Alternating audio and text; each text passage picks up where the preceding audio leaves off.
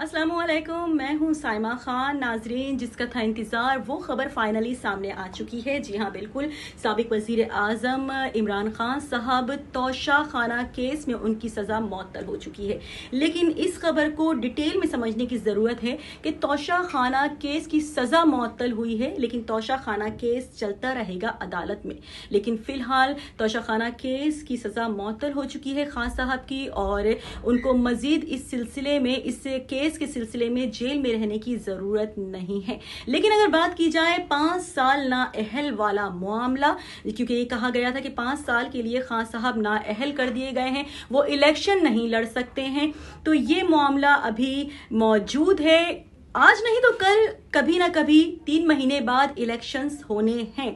लेकिन खान साहब क्योंकि 5 साल के लिए नाअहल किए गए हैं, इसलिए वो इलेक्शन नहीं लड़ सकेंगे। मजीद भी आपको इस बारे में बताएंगे, लेकिन सबसे पहले नाजरीन, मेरे चैनल को लाइक और सब्सक्राइब करना बिल्कुल ना भूलिए, क्योंकि मुझे अपना गोल अचीव करने के लिए आपकी मदद की जरूरत है। इसलिए मेरे चैनल को लाजमी सब्सक्राइब कीजिए। एक बार फिर बात करते हैं खान साहब के हवाले से। तो नाजरीन, कुछ बातें ऐसी सामने आ रही थी कि जब खान साहब को अरेस्ट किया गया था, यानी कि उनको आज 24 रोज हो गए हैं जेल में मौजूद थे, तो उस वक्त भी यही कहा जा रहा था कि खान साहब चेयरमैन पीटीआई नहीं रहे हैं और कोई और अब चेयरमैन पीटीआई है। लेकिन ये टोटली गलत खबरें थी। स्टिल खान साहब चेयरमैन पीटीआई मौजूद हैं।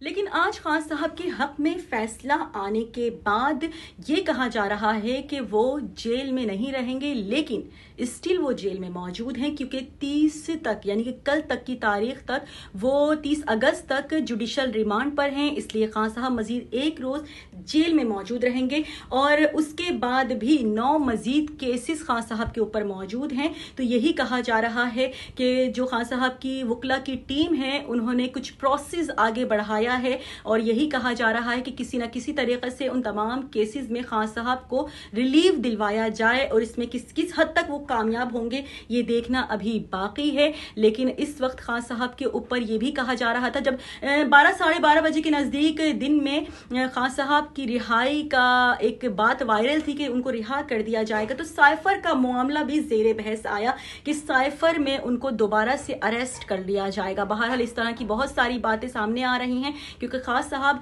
सिर्फ तोशा खाना केस में नहीं बल्कि दीगर 9 केसेस में भी वो इस वक्त उनके ऊपर बने हुए हैं, और जिसमें उनको अभी रिलीफ नहीं मिला है। तो देखना भी बाकी है कि क्या होता है और क्या होने जा रहा है। इसके अलावा अगर बात करें हम असद उमर साहब के हवाले से साइफर के मामले पर, तो सीक्रेट एक्ट स्पेशल कोर्ट ने साइफर केस में असद उमर को एफआईए के सामने शामिल तफ्तीश होने का हुक्म दिया है, जबकि इस्लामाबाद की सीक्रेट एक्ट कोर्ट ने साइफर केस के समाअत की, जिस सिलसिले में असद उमर अदालत में पेश हुए। दौरान समाअत वकील सफाई बाबर आमान ने अदालत को बताया कि असद उमर दो बार एफआईए के सामने शामिल तफ्तीश हो चुके हैं। इसके अलावा असद उमर की मीडिया से गुफ्तगू करते हुए कुछ बातें भी सामने आई हैं, वो हम आपको बताते चलें। असद उमर साहब की जानिब से कहा गया कि साइफर गुमशुदगी से मुतालिक चेयरमैन पीटीआई तफसीली जवाब दे चुके हैं और एफआईए को भी साइफर के मुतालिक बता चुके हैं। एक सवाल के जवाब में असद उमर ने कहा कि मुझे तो चेयरमैन पीटीआई डिक्टेटर नजर नहीं आते हैं।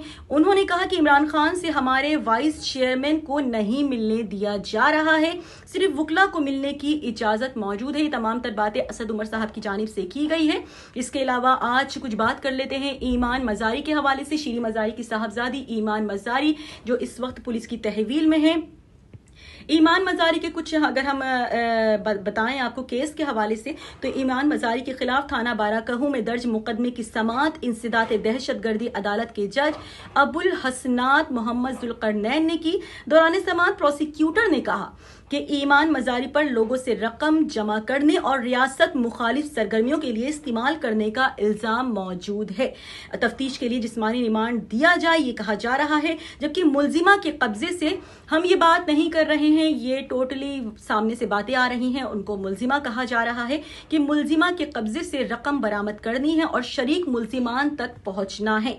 ईमान मजारी के वकील जो हैं जैनब जंजुआ ने कहा है कि 26 अगस्त 2023 को ईमान मजारी के खिलाफ एफआईआर दर्ज की गई।